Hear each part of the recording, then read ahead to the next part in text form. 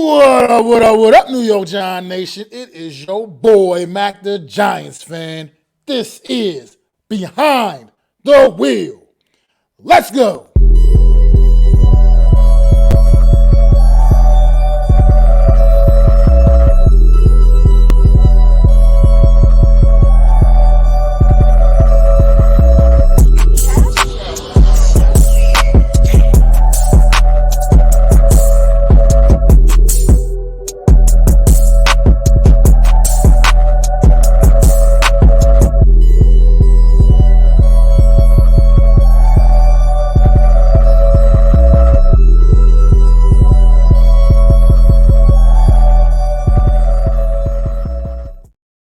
Everybody, back to the latest edition of Behind the Wheel with Mac the Giants fan, man. Let's get right to it.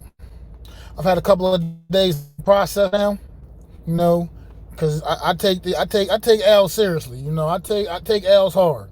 You would think I was on the team for real, honestly, real talk. I'm gonna try to keep this as short and sweet as possible. At the same time, I'm gonna get everything out that I need to. And first things first, man. Like I said, I want to take my hats off to this New York Giants team. This was a team that was 4-13 a year ago.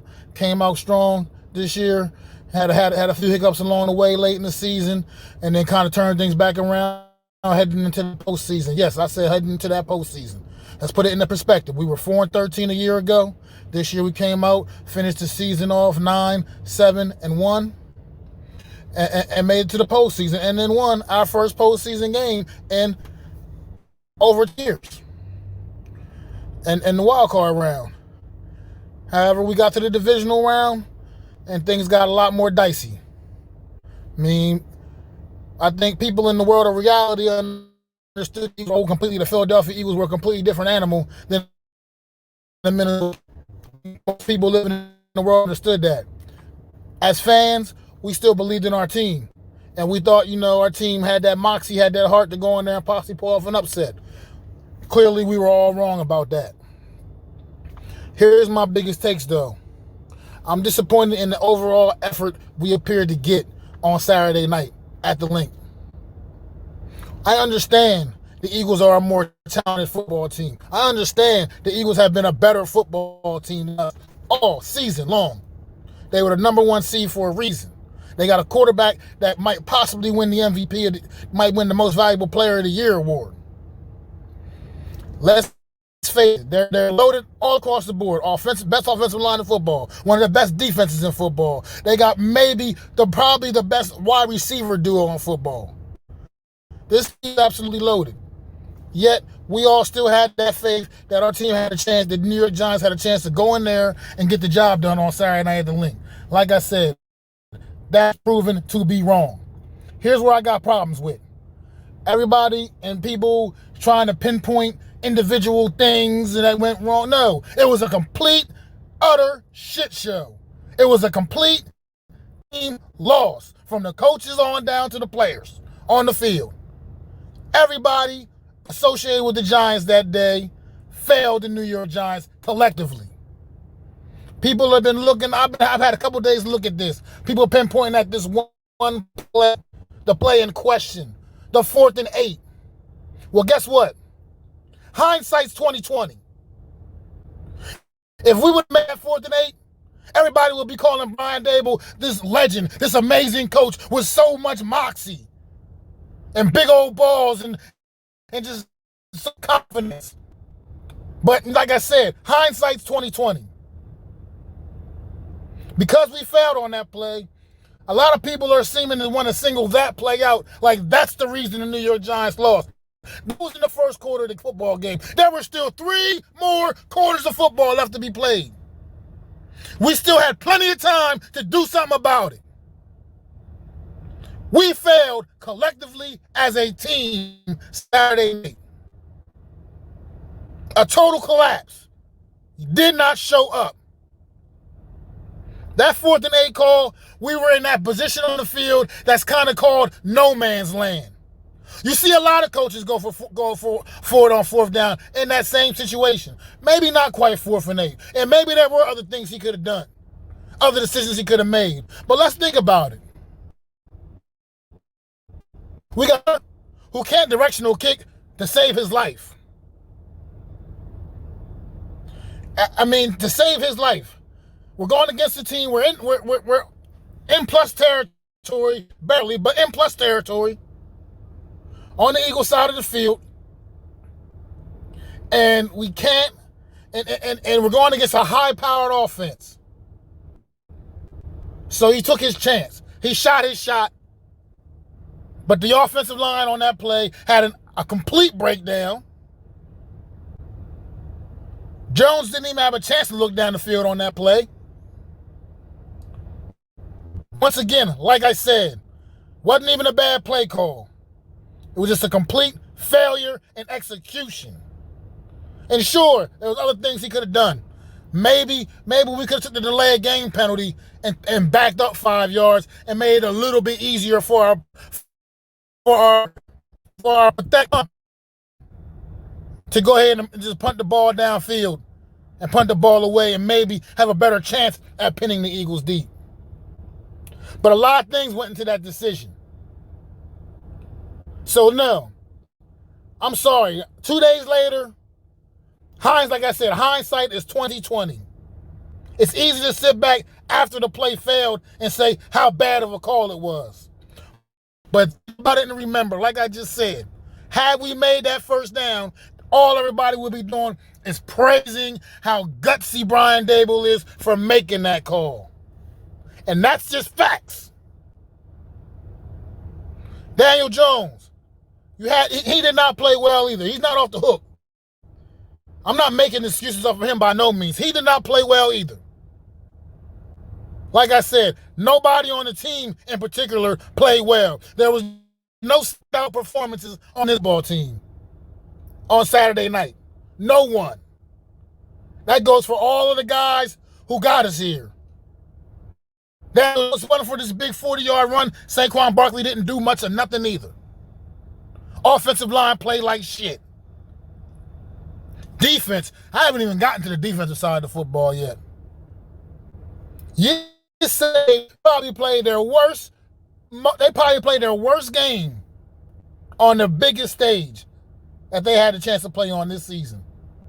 And they chose to go out there and play their absolute worst game. Linebacker play, absolutely terrible. The Eagles ran the ball down our throat.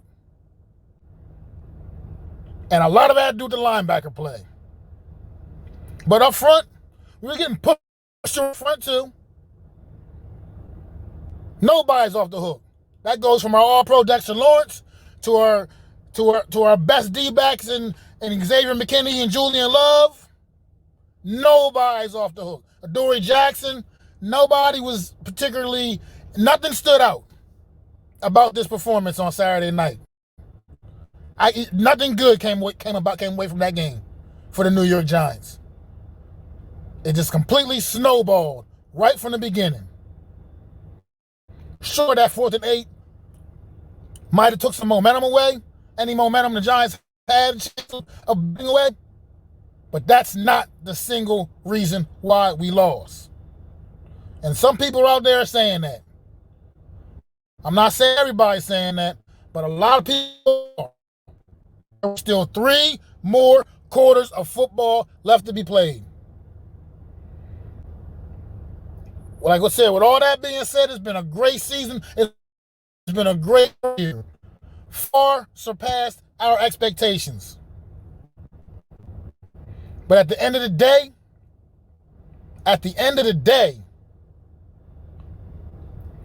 that effort on Saturday night is just not going to cut it.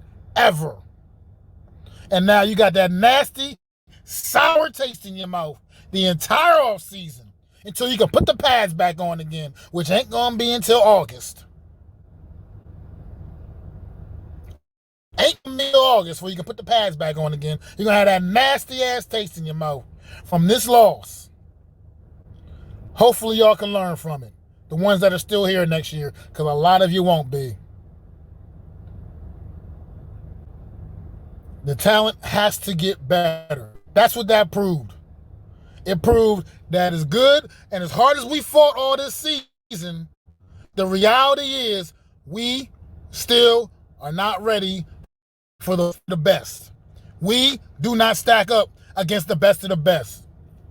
And we played arguably the best damn team in football Saturday night, and they looked like the best damn team in football, and they beat our asses like they were the best damn team in football. So at the end of the day, I'm not mad about the loss.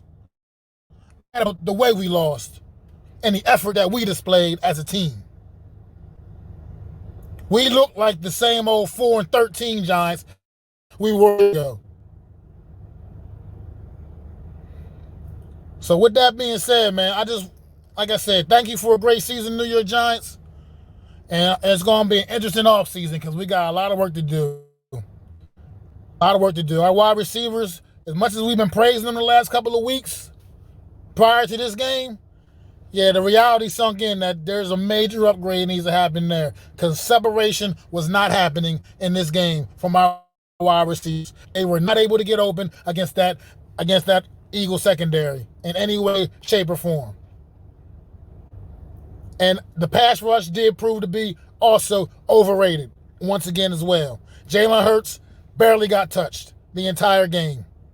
Barely got touched. And like I said, I know they had the best offensive line of football. This is not an excuse. That's not an excuse. So offseason is going to be interesting. A lot of work to do, Joe Shane. Do got to remember, we are part of a rebuild right now.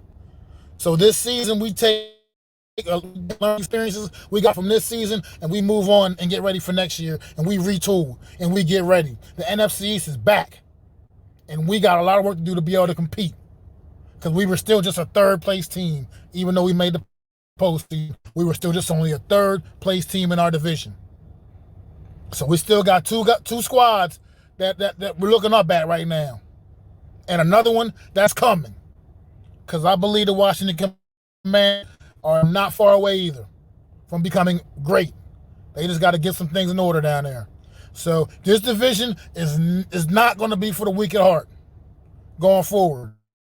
4 good football teams in this division, and the NFC East is back, and we're going to have to figure things out this offseason and get things built up the right way and get some more pieces in here and get some playmakers in here, and we got to be able to demonstrate a way to score some points next year. We got to be able to put a roster on the field that can compete with the best of the best. Right now, we can compete with the average teams. We can damn sure beat up on the bad teams.